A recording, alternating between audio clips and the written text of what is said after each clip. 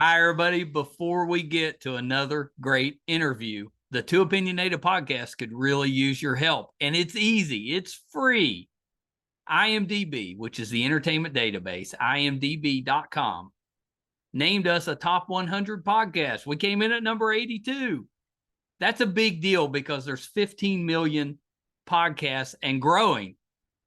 So to be named to anybody's top 100 list, pretty big deal for us. And the way you can help is to go to imdb.com, look up the Too Opinionated podcast, and that's it.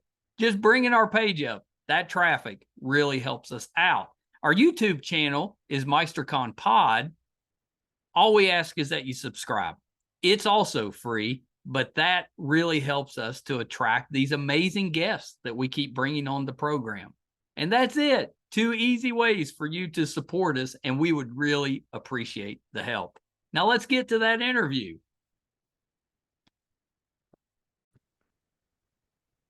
Hi, everybody. Welcome to another edition of Too Opinionated. I'm so excited today. I've got legendary director Uwe Boll with me. So welcome, Uwe. Hi. You You had my wife. You had my wife first, and so that's now right. you have. Well, was it beauty before age? Absolutely. No, I was so our first meeting. You jumped in for a second and said hello when I was talking to Natalie. Yeah. So this is our first chance to really get to talk. So pretty excited. Thank you so much for being here.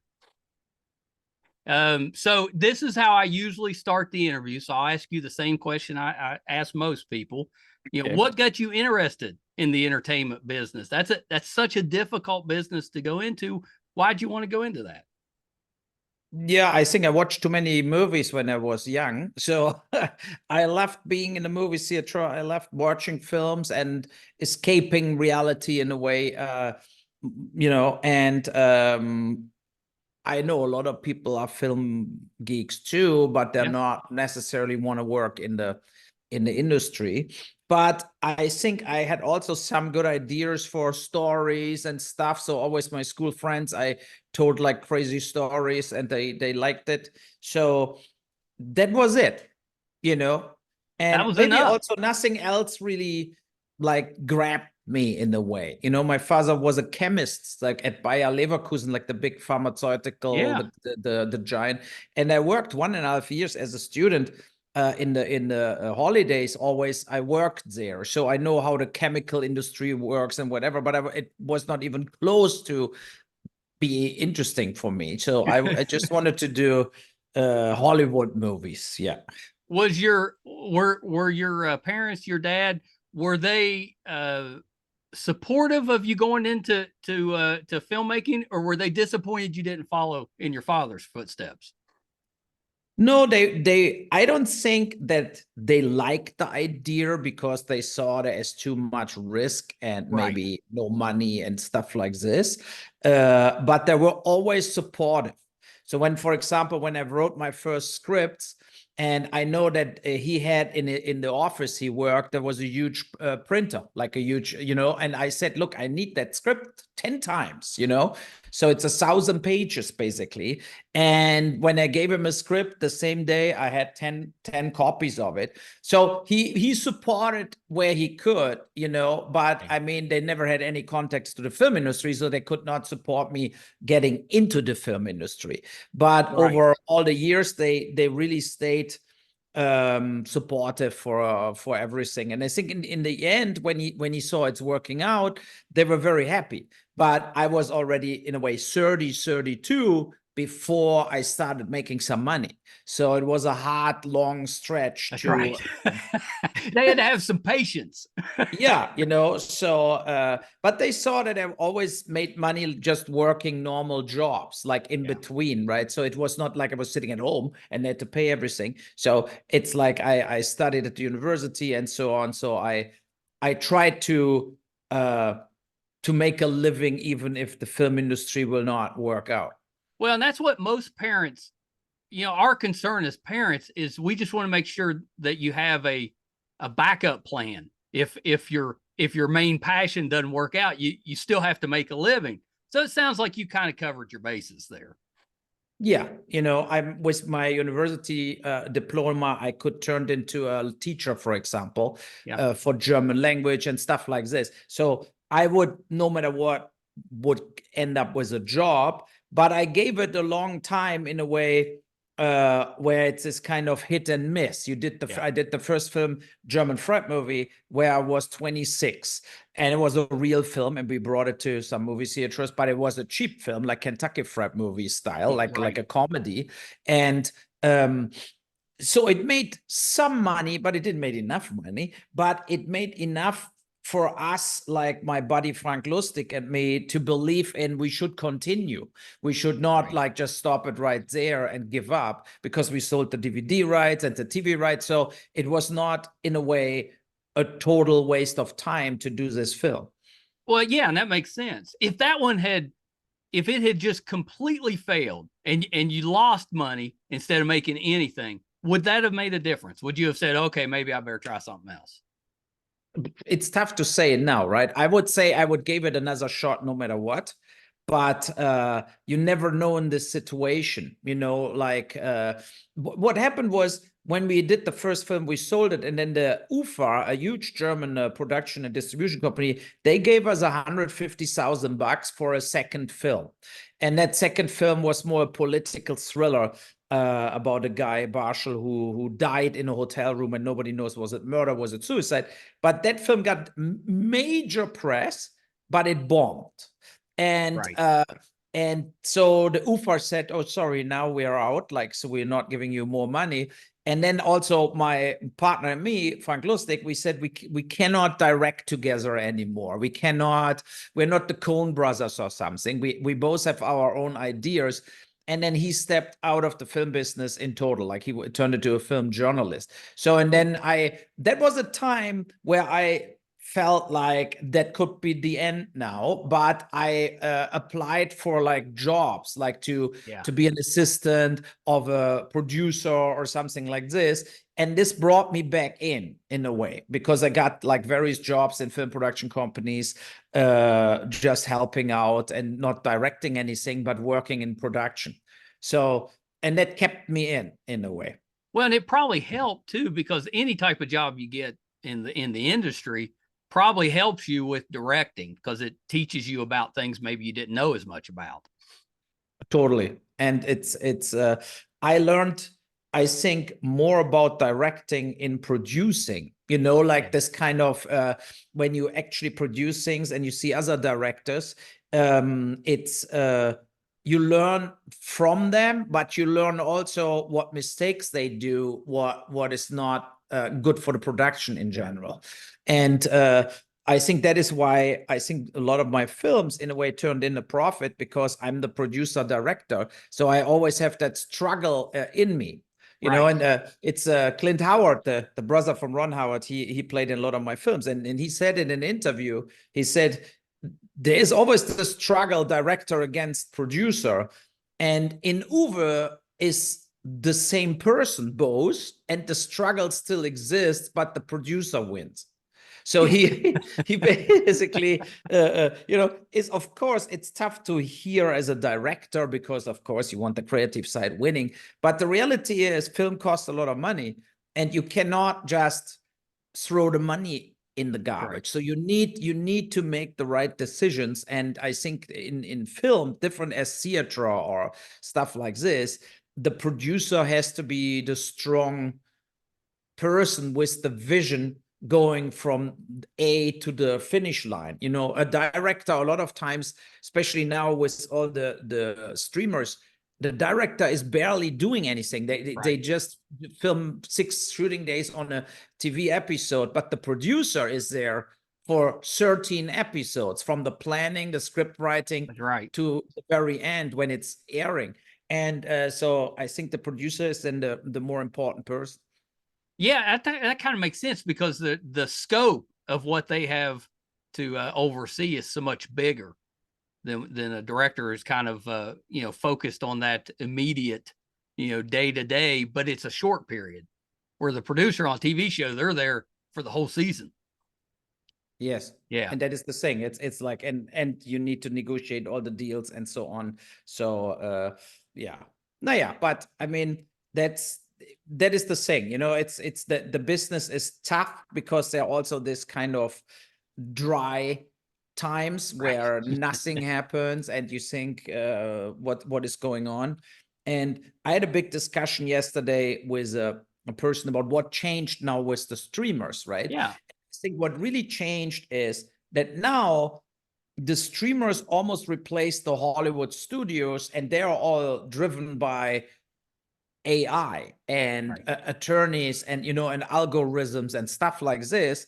And in the older days, you could convince individual people, and not every film had fans, but you found the right buyer or the right person to buy your film or to support your film, to distribute your film based on the content you did. And sometimes it was this company, sometimes it was that company, but you had hundreds and hundreds of basically medium range companies worldwide buying product.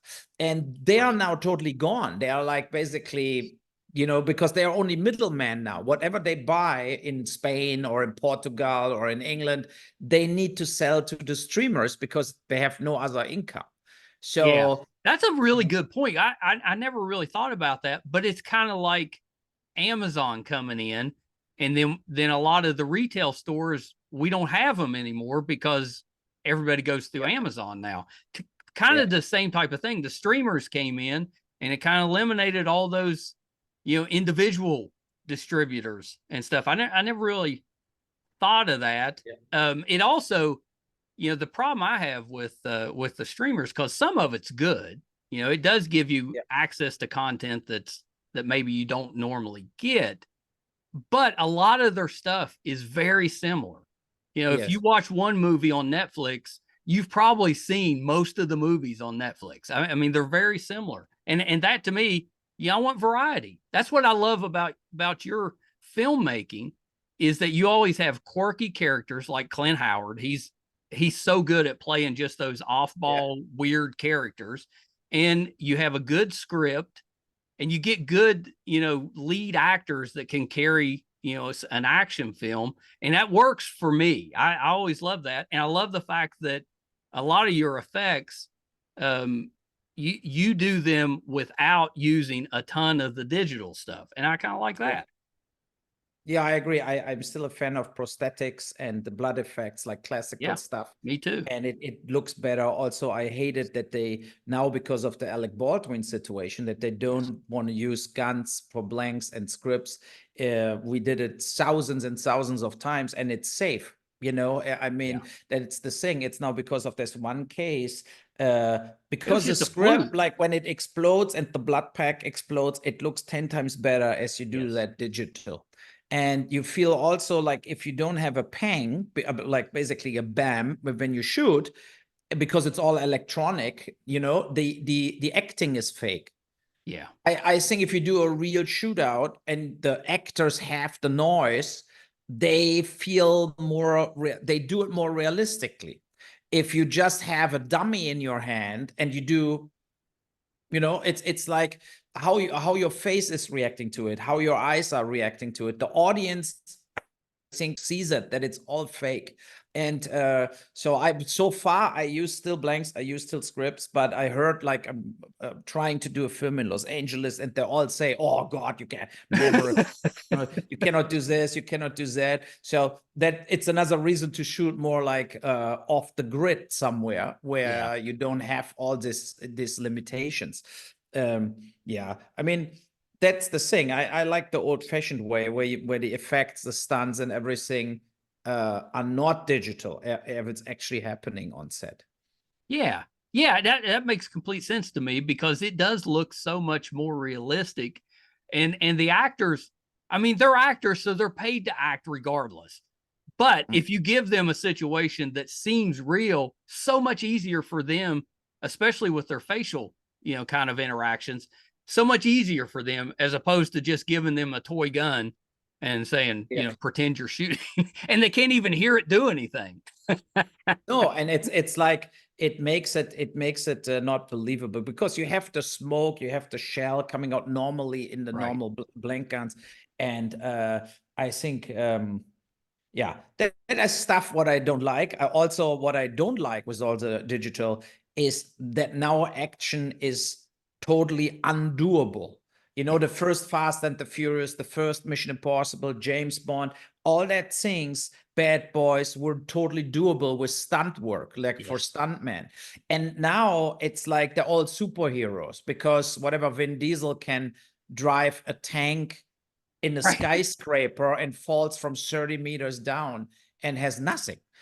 And you think, but he's not Spider-Man, he is a guy. So, and that for me destroys my fun in watching films. So we have, exactly as you said, you have this kind of mega $200 million movies, and I'm totally not into them because they're so fake, so over the top. It's not realistic Stuff.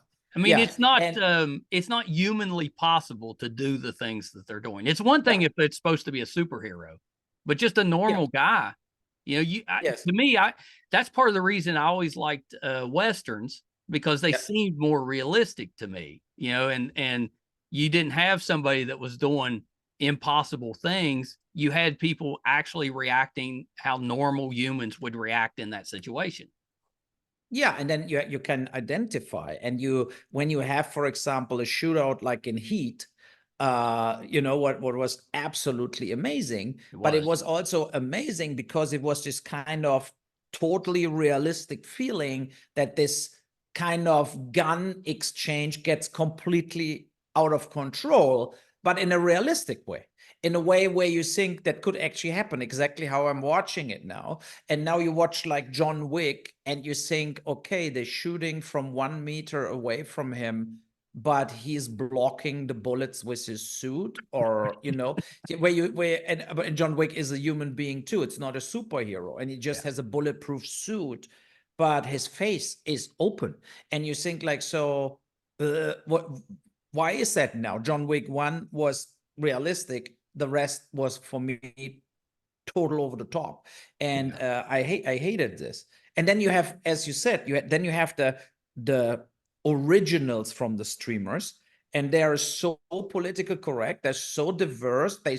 You basically can say they're all kind of dramas, and they have to bring every single race, nation, and religion in one show. Well, they don't want to upset anybody, so they just throw it all into it. Yes, and that is the thing, and you feel like, okay, it's not necessary to have a transgender in every show, or to have an Asian woman in every show. Right. Then it's getting very bad and very boring, and that is the thing where I feel that is it's not okay that this rule's coming more and more in, instead of saying what story we want to tell.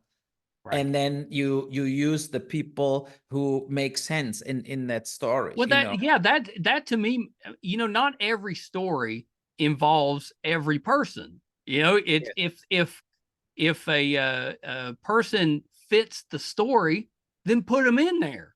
If it's right for the story, put them in there. If it's not, maybe don't force it into it.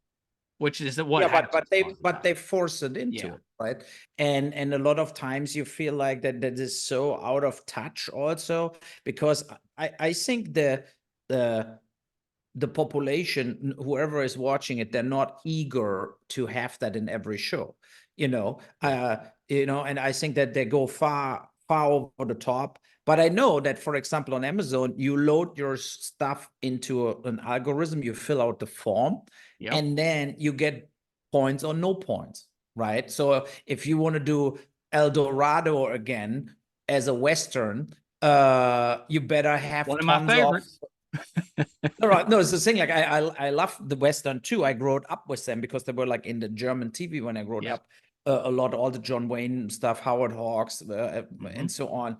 William Wyler. I love all of this because they are the way they are, and I don't want to hear we cannot show them anymore, because that happened too, right? So there is a whole bunch of film classics are completely disappeared from the streamers because they are feeling ashamed that they were not fulfilling the criteria 80 years ago or 60 years ago. So yeah, I think that's it. You have to take it in context for when it was made and the time it was made. You know, if it made sense at that time, okay. You know, yeah. And I get it. You know, we need, in some places we really do need to be more diverse, and I would say Hollywood needed some of that in places. But Yeah. right now we're in that weird situation where we're not necessarily writing, you know, movies that fit what we're trying to force into.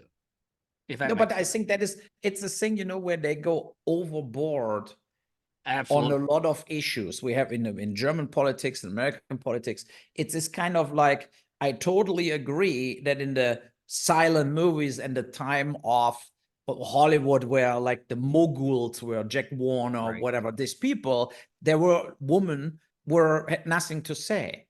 And they had no rights, and they also could shut up basically and play this bar girl, whatever, right? Right. So of course that times changed, and I think they changed already in the 60s, 70s, and 80s massively, where then women turned into huge stars like Meryl Streep and before Catherine Hepburn and this Marlene Dietrich and so on. So they gained value, they gained traction, and they also had more to say about the scripts, the production.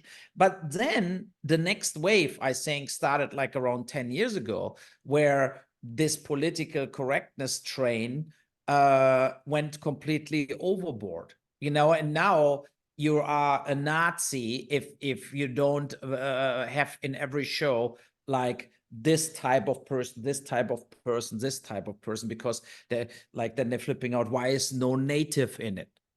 As an example, right? And you say, because I'm shooting Stalingrad, whatever, you know, like a Well, yeah, second that's right. If it movie didn't of fit what Germans you're actually fighting Russians. filming, you know, What? if it doesn't fit what you're filming, especially if it's, you know, somewhat historical, I mean, that's, you have to make it accurate for the time period that you're portraying. Yes, I you think. know, and yeah. But I mean, that is a long-lasting subject matter, but it's really, as I said in the beginning, that is now the discussion under a lot of producers. Like, you don't have this hundreds and hundreds of individual buyers anymore, where, you know, that guy loves action, that guy loves horror, you know, where you also had in the studios. I had a lot of deals with Fox when was In the Name of the King, for example, and with Universal, with Postal, with BloodRayne. And all these people they loved my films because they were more from the home video side. You know, they saw that I do films for the crowd, that the people like this genre stuff, and also that my films were mostly a little harder. They were not PG-13, they were R-rated. So there was a market for it. And all these people got fired. You know, when Disney swallowed up Fox, they didn't keep one person in that film business at Fox. And I felt like, okay, but then why they bought Fox? I mean, I thought they bought Fox, that Fox can deliver more the harder stuff, what Disney cannot do. That's right. First. I mean, that would make sense to buy it, but you think you would keep the people. Yes. And then you fire all the people, you bring Disney people running then Fox, and then Fox makes exactly the same films like Disney, you know, and that is the thing where I felt a lot like this stuff happened all over the place. And so that Blockbuster is gone and home video is gone was for me the hardest hit in my career, you know, because there you could totally outperform with films, you know, even if a film didn't make a lot of money on the box office, it still could make 10, 20, 30 million in home video. And some films did better on home video than they did in the box office. Yes. You know, like Alone in the Dark did 6 million box office and did 28 million on DVD. So, and that times are now over, because that big chunk of money has to come now from a streamer, you know, but the streamer will say, look, there's only $6 million box office. Why we should pay 20 million bucks now for our rights, right? So they will only overpay when they have something what also already totally went ballooning up on the box office. That is all problematic, you know. It's they basically creating one audience for all product. Yeah, And you're right. That yeah. I think my wife and I have that conversation all the time. That we see the same things over and over, and it's probably part of the reason we keep remaking things. We just there's not a ton of original ideas coming through. No, especially now the last 2 years, there's one remake after the other. That's right. You know, Twister they do now new. Yeah. They're planning Earthquake new. Then of course all the comic book films continue. Another Batman, another Spider-Man, another Avengers. Planet of the Apes. You know, when Planet of the Apes came, the new version, I really liked it. And you know, and now it's number 5, and I really don't want it anymore. It's enough. I'm done with Planet of the Same. And they went too far with it. Yes, you know, it was like you had the old Charlton Heston movies. It was a great idea. Now with the new technology, you could make a huge film. And I really liked the first one from the new versions, and the second one was okay. And then I never watched it again. Yeah, I felt that's like the story is told. You know? Yeah, it was the same. I love the first one. Second one I kind of enjoyed. It wasn't too bad. But then by the third one, I couldn't even get through it. Exactly. You know, and that it's the same with Avatar. I mean, I cannot even imagine to watch 3 more times Avatar, like the new versions or whatever. Yeah, I was pretty good with the 2. At least they were, a decade apart. No, I know they were apart, but it's this kind of like the first one I had this effect like, wow, I never saw something like this before. There was a theatrical, it was a revolution again. A revolution, and Cameron is like a big, like what the same with Terminator 2. It was a revolutionary film, and both were masterpieces, right? And Titanic was a masterpiece, but the second one was more of the same in a way. It was again very like on higher level as all the Avengers stuff. Whatever you feel like, okay, there's that extra better technique, better looking, whatever. But I'm not so interested anymore to watch it again, the same stuff, basically, with maybe 5% higher. Well, right, because you've seen it already. No, you know, it's not, because the stories are the same. I mean, it's not like the story is blowing me away, you know, and the same with like Fast and the Furious. I would say the last 5 Fast and the Furious I never watched. I completely gave up. And I kind of liked the first couple. I thought they were pretty good movies. Yes. You know, and then I felt, oh God, now The Rock and Jason Statham and one car chase after the other, and it gets more and more totally unrealistic. And there is a reason why Jaws from Spielberg always stands, for example, because that can happen like this, and that looks like how it would happen if it happens, you know, and nobody minds that it's a styrofoam shark, because the tension is there and the storytelling is there. You know, now you watch Meg or Meg 2 and you think, what bullshit is that? I mean, it's like this kind of absurdity to have a shark what is like 8 times bigger as a blue whale. And the second part of Meg was already for me unwatchable. Oh, me too. You know, you feel like, why they tell that story, and why Jason Statham is doing that again. I mean, he should made enough money for now. You didn't call him up and say, Jason, come on. I still have his email, but he's not answering my emails for a few years, because I don't think he wants to play in a smaller film again. I think he makes the big money now, because he had the Fast and the Furious also. These are big paydays for him. Oh, that's right. Well, you were doing fantasy movies, you know, and that's part of the reason that I love your work so much. You know, now everybody's doing fantasy stuff, which is awesome if you're a fantasy lover, and I am. But I always liked yours because you were it there for a while. You know, if you wanted a good fantasy movie, you know, there you go. You had the BloodRayne, you had In the Name of the King, and I always enjoyed those. Yeah, and Alone in the Dark was more sci-fi horror. It was sci-fi too, and you know, and we get a lot of sci-fi, but I don't think we get a lot of that type of sci-fi. If that makes sense. No, I agree, and it's also I read a lot of scripts, and a lot of times you have the feeling I saw that film 100 times, and they all That's the reason I'm getting very involved in most of the scripts myself, to give it like a different touch to it, like a different twist, different characters, to not repeat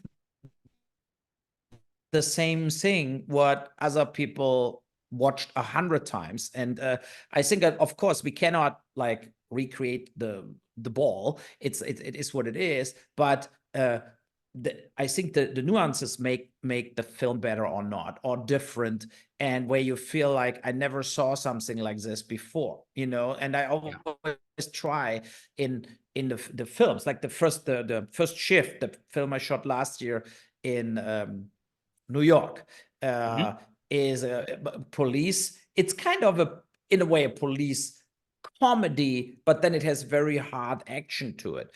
And because I love stuff like Bad Boys, I love, you know, Die Hard, this kind of stuff, Beverly Hills Cop. So, and I felt like I never saw for a long time like a good cop film. And because you have all that TV series, all the whatever, Blue Bloods, whatever, you have tons of shows, CSI, but you don't have a film. And because all the films they do, they would be more like Bad Boys, that it's too big. It's like getting completely like, oh, we have to spend another 150 million. And I like this cop films more, where you have like this kind of French connection, but with a little humor, you know, stuff like this.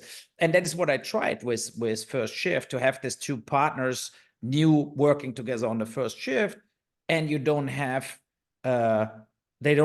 the guy doesn't want the girl, basically, because he works alone because of a family tragedy that comes out later. But we put a lot of humor in, and then the shift where it's very like tough, you know, knife stabbings, all kinds of stuff happens on the first shift, but it stays light in between. And that is what I wanted to do. I wanted to make a lighter film, not a Rampage or Southern Woods is very dark, very hard. And I felt here, I want that you stay as the audience, like almost more interested in what happens to these two people in the car as the cases. You know, the cases are this kind of, they're interesting, but they're not the main thing. And I'm very happy with the film. You know, it's coming out in end of August. I know, I'm looking forward to it. I always loved cop TV shows, films, and the best ones are realistic and have a little bit of that.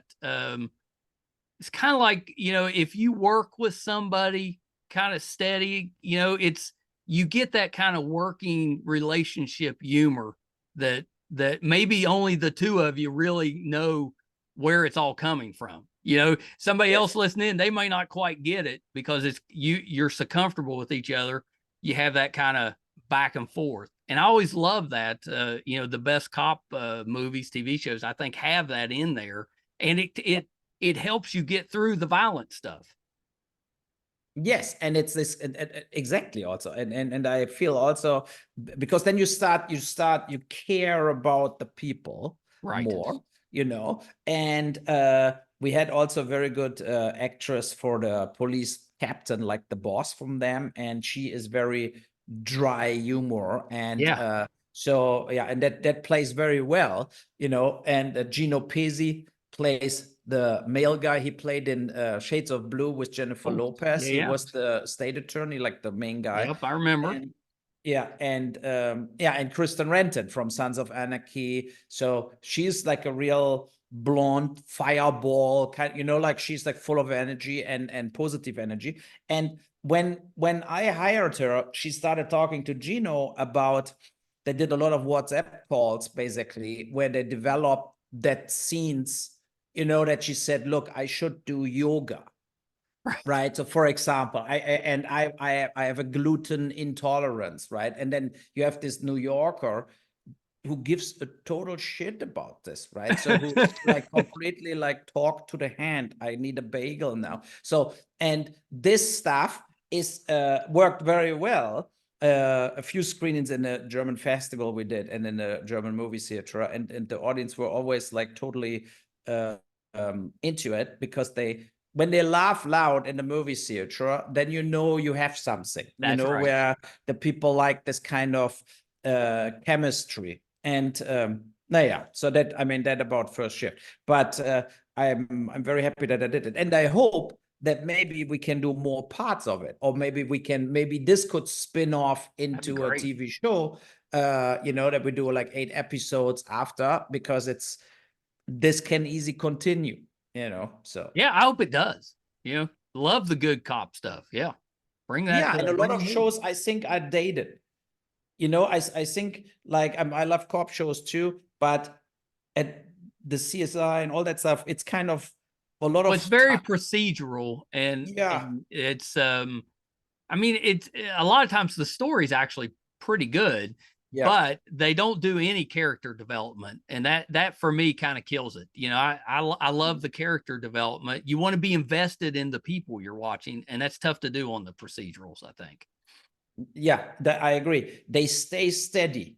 Yeah, that is this guy. He's a tougher guy. He's the guy who's all by the books.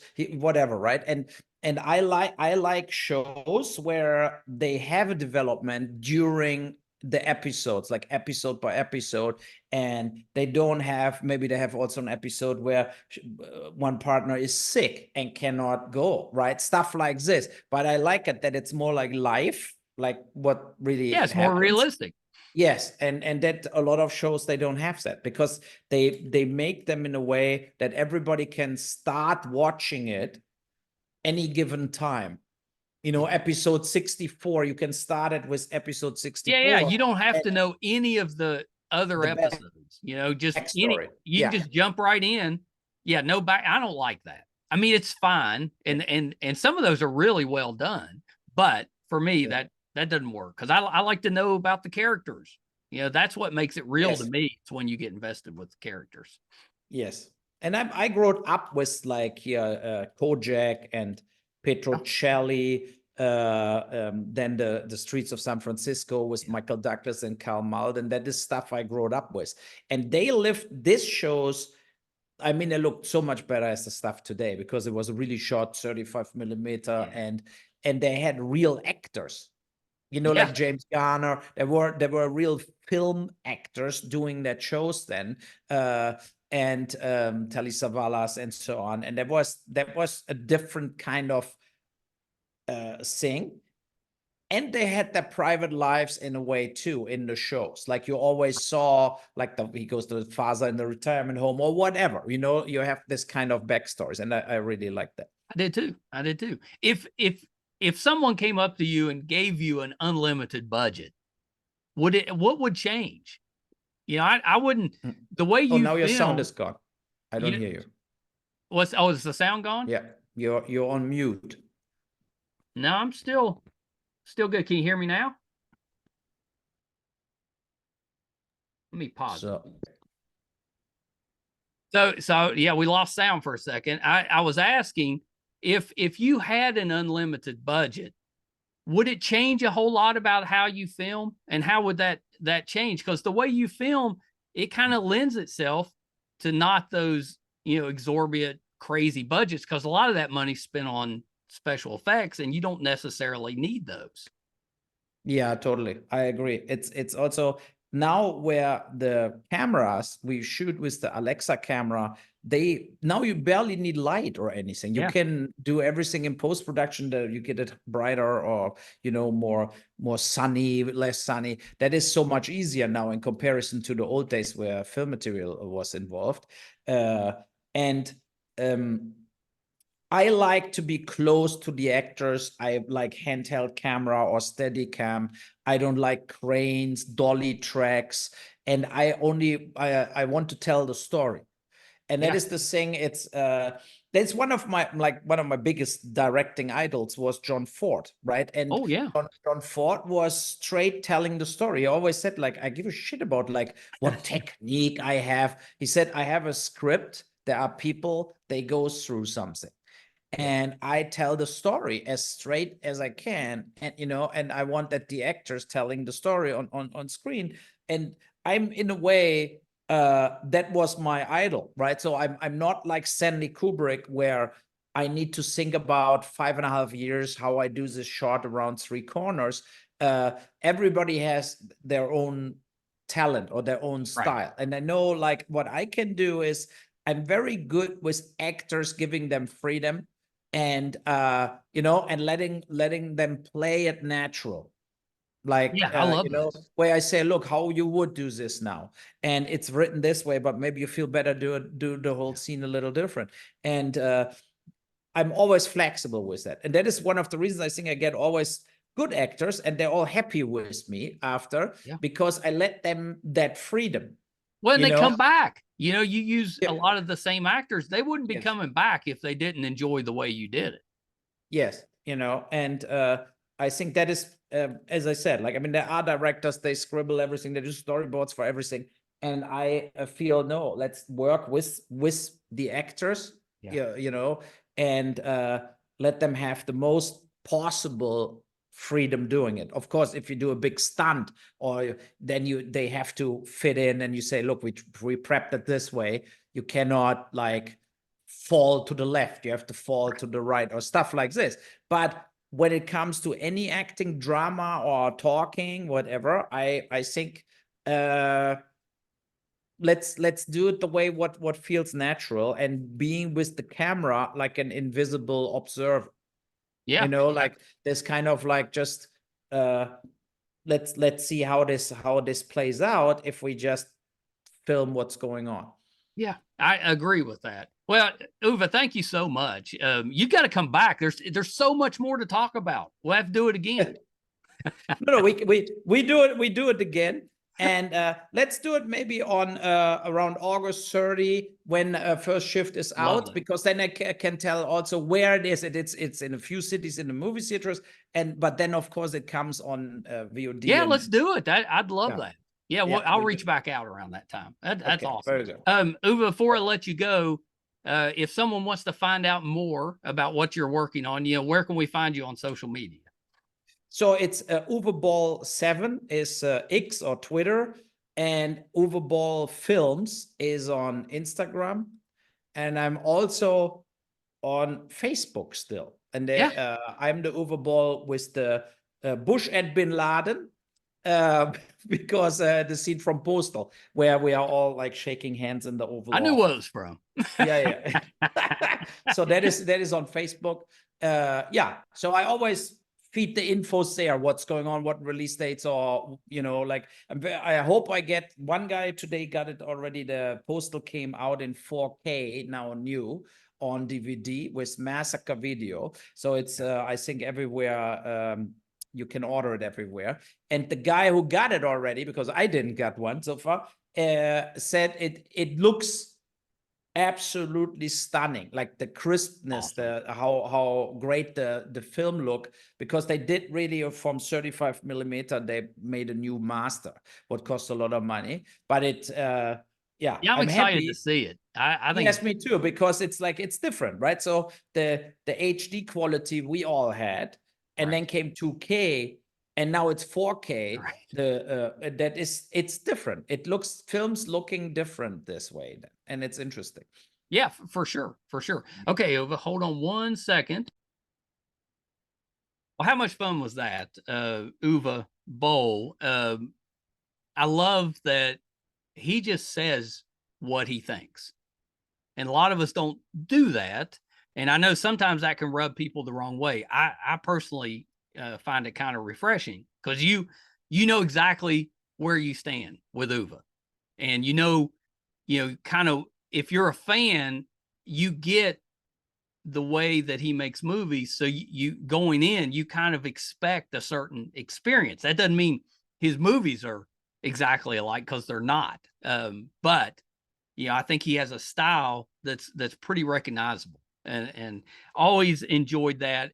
I love fantasy stuff, and it a lot of times, especially through the 90s, early 2000s, you couldn't find any of that except maybe at a Blockbuster. And his movies always had the best covers. They invited you to rent them. I just really, really enjoyed watching those, and I became a fan, you know, and I've kind of kept track of him throughout his career. And I like, you know, most of you, if you know the story with Uwe, you know, he battles with his critics, and I love that. You know, he's got the famous where he invited him out to for a boxing match and just kicked the crap out of him back 15 years ago or so. Hilarious, you know, and good for him. You know, most of us, we get critics, especially on social media. We're very, you know, you get criticized, so you change things so that you no longer get that criticism, because we want as many eyes on our stuff as we want. Uwe doesn't do that. You know, if you criticize him, well, he's going to criticize you. You know, he might challenge you to a fight over it. You know, he's very passionate about what he does. And I personally, I like that. You know, maybe I don't agree 100%, but I enjoy the discourse and the conversation. So I hope you did too. That was a fun one for me, kind of bucket list type of interview. So I'm so happy to do that. His wife, Natalie, we had on a week or two ago. Her interview is up. She is doing some amazing stuff with a new social media platform. So definitely check out Natalie Boll's interview on our website, our YouTube channel, all of that. I think you'll enjoy that. Hope you enjoyed that one. I'm hoping to get Clint, Howard, and some of the other actors that Uwe uses quite a bit on the program at some point. So I'll keep you posted on that. We'll work on that. If you're finding us for the first time, thank you guys so much for being here. If you can believe it, we are posting our 800th episode this week. I'm not sure what day yet, but we put out number 798 yesterday. 799 will be out today or tomorrow. So maybe near the end of the week, we'll have number 800. Just amazes me that we've been able to do that. That's all thanks to you guys. So really appreciate you. Our YouTube channel is MeisterCon Pod.